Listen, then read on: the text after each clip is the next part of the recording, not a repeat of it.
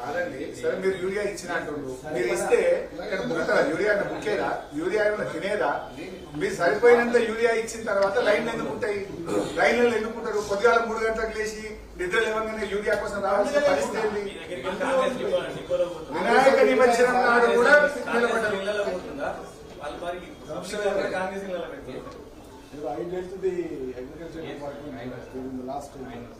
Urea ఇవ్వదు ఎందుకు కొడుతున్నారు రైతులు? 9.8 lakhs అంటే 9.80 lakhs మనకు అలాగే. అంటే ఆ సప్లై ప్లాన్ ప్రకారంగా April to almost August ending కల్లా అయిపోవాలి. Sir, yes, sir. That is a small submission, sir. Number already submitted. 3 లక్షల పైచలకు మెట్రిక్ టన్ల ఎందుకు మనకు మైనస్ అయింది? ఎందుకు కొరత వస్తుంది? మెయిన్ రీజన్ ఏంటంటే సార్, మనకి ఏప్రిల్ లో నుంచి కూడా వాళ్ళు ఇచ్చిన సప్లై ప్లాన్ ప్రకారం మనకి మెయిన్ రీజన్ ఏంటంటే మనకి ఇంపోర్టెడ్.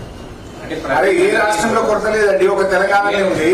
మరి మిగతా రాష్ట్రాల్లో ఇబ్బంది ఉందా? ఆంధ్రప్రదేశ్ లో లేదు, ఒరిస్సాలో లేదు, కర్ణాటకలో లేదు, ఎక్కడైతే లేదు. తెలంగాణలో ఎందుకు ఈ పరిస్థితి వచ్చింది? ఈ ప్రభుత్వ ఫెయిల్యూర్. ఈ ప్రభుత్వం బబుల్ స్టాక్ పెట్టకపోవడం వల్ల డిపార్ట్మెంట్ మీ డిస్పోజల్ వచ్చినాకనే మీరు చేసేది రైట్. అంత అక్కడి నుంచే మీ ఆపరేషన్ స్టార్ట్ అయ్యింది. ఇప్పుడు ఈ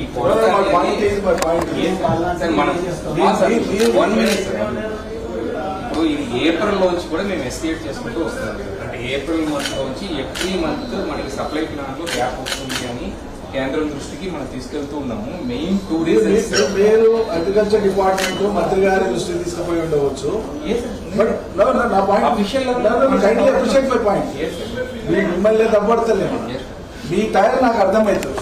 మీ డిస్పోజల్కి వస్తేనే మీరు చేసేది.